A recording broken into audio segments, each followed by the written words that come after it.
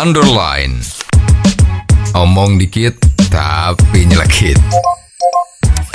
Bersama Om Bob.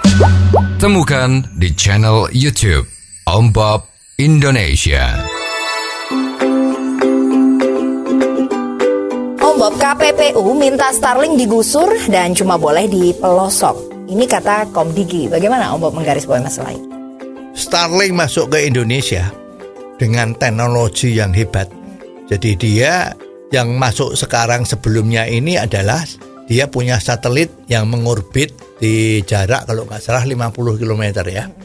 Itu satelitnya langsung masuk ke receiver yang ukurannya itu cuman sebesar baskom. Ya 40 cm atau 50 cm. Dan itu langsung direct ke arah langit sana ya, karena satelitnya Starcom yang tadi itu adalah mempunyai kurang lebih 2000 satelit. Jadi semua wilayah di dunia ini bisa tercover oleh satelitnya Starlink. Sehingga layanan internet itu bisa masuk di rumah tangga maupun di mana wilayah di Indonesia semua, asal tidak kena halangan pohon atau bangunan, asal arah antena yang nerima itu bentuknya parabol kecil seperti baskom itu bisa lihat langit, yaitu dia bisa nerima sinyal. Dan selama ini memang terbukti banyak orang yang langganan, ya merasa apa yang didapat dari provider dalam negeri itu kurang memuaskan lah istilahnya, atau paling sedikit buat cadangan. Ya, karena provider di Indonesia itu sering mengalami gangguan. Jadi kalau ada gangguan ada Starlink aman perusahaannya. Ya. Pada awal masuk banyak yang protes. Maksudnya yang protes itu perusahaan-perusahaan provider kan. Karena ini kan pendatang baru. Betul. Pendatang baru yang tidak dihitungkan tiba-tiba muncul ya. Semacam musuh yang invisible ya, nggak kelihatan tiba-tiba datang. Betul. Nah, sekarang ada isu lagi bahwa Starlink mempunyai teknologi baru bahwa pancaran sinyal dari Starlink satelit di atas itu bisa langsung ke handphone yang ada oleh masyarakat. Jadi bukan masuk di dalam satu wilayah rumah kemudian didistribusikan di dalam rumah, tapi ini langsung kepada pengguna handphone yang ada dimanapun di Indonesia. Nah, ini geger lagi. Ya, wah ini kalau udah seperti ini bagaimana ya? Dia tanpa perlu bangun infrastruktur kan, tidak perlu ada tower di mana-mana, tapi cukup satelitnya dia yang di atas itu.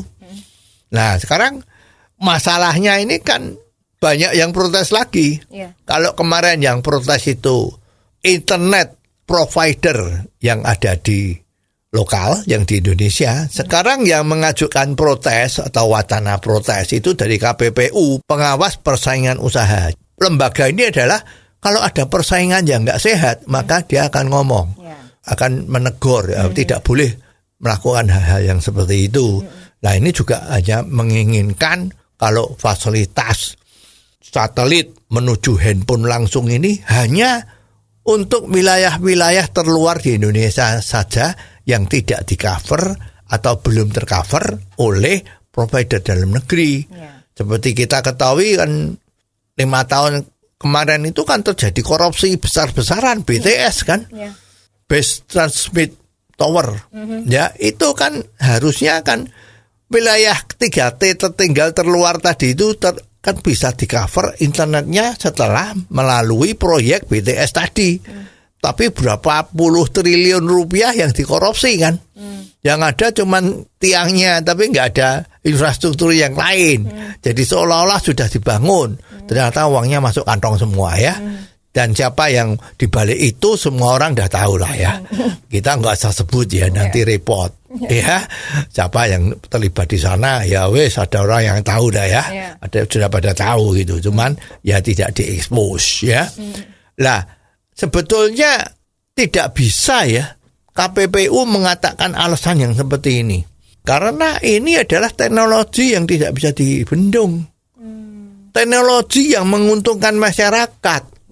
Zaman dulu ada telepon satelit. Mahal. Tapi seluruh Indonesia bisa pakai. Itu alat teleponnya besarnya seperti kotak kayu itu ya. Kira-kira panjangnya 30 cm, lebarnya 15 cm. Ya gede seperti itu ya, seperti gada ya. Kalau zaman kuno Werkudara itu gada ya. Itu mahal. Lah, kenapa kok tidak protes? Ya kan? Jadi mestinya alasannya bukan seperti itu, pasti ada alasan yang lain. Kenapa kok sempat ngomong begitu? Ya, karena ini teknologi yang tidak bisa dibendung. Jadi sebetulnya tidak pada tempatnya ini dilarang. Silahkan saja. Ya, kalau dilarang dengan macam-macam alasan tadi, tujuannya itu adalah proteksi terhadap perusahaan-perusahaan internet provider yang di dalam negeri, maka ini adalah merugikan masyarakat. Rakyat bebas mendapat pelayanan dari teknologi yang baru, teknologi yang lebih murah. Jadi bukan aturan itu untuk melindungi orang yang melayani servis kepada masyarakat dengan harga yang lebih mahal. Itu nggak boleh. Ya, negara nanti nggak bisa maju. Jadi yang perlu diperhatikan itu adalah jangan terjadi monopoli. Kalau sudah terjadi monopoli, maka harga ditentukan sama yang punya barang kan. Nah, KPPU itu mestinya ngurusinnya itu. Kalau persaingan harga dan pelayanan silahkan aja. Agar supaya pengusaha-pengusaha di Indonesia dalam negeri jangan daya saingnya nggak ada dan nina bobok. Kalau mau hidup disusui terus. Ya perjuangannya enteng-enteng aja karena sudah dilindungi. Nah, ini akan mengakibatkan perusahaan-perusahaan di Indonesia di dalam negeri ini tidak maju-maju. Ini secara jangka pendek menguntungkan beberapa gelintir pengusaha, secara jangka panjang merugikan masyarakat Indonesia yang banyak sekali ini. Jadi lebih bagus itu dibiarin agar supaya masyarakat Indonesia di mana-mana itu makin melek internet, makin terkonek sesamanya secara tidak terputus untuk meraih kemampuan yang lebih hebat agar bisa memenangkan geopolitik sekarang yang demikian hebat ini. Rakyat yang mempunyai pengetahuan yang lebih gede, mempunyai kemampuan yang lebih hebat, pasti membutuhkan internet yang hebat. Ya, jadi jangan ini dihambat, ini justru akan menjadi musuh di dalam selimut untuk Indonesia menuju SDM yang hebat. Di era yang akan datang, yang paling penting semua sudah sadar itu adalah kemampuan SDM kita. Nah, internet adalah jalan yang sangat penting untuk menuju ke sana. Karena apa? Ya, melalui internet sudah bisa menerjemahkan. Kalau orang nggak bisa bahasa Inggris, pakai teknologinya itu sudah bisa menjadi bahasa Indonesia. Itu adalah berkat internet yang cepat tadi itu. Ya, jadi silahkan. Ya, jangan dihalang-halangi lagi untuk memberi pelayanan yang hebat dan murah kepada masyarakat Indonesia. Oh, jadi begitu ya Om Bob. Jelas deh sekarang. Terima kasih Om Bob untuk waktunya. Sampai ketemu lagi di waktu yang akan datang. Underline. Omong dikit tapi nyelekit. Bersama Om Bob.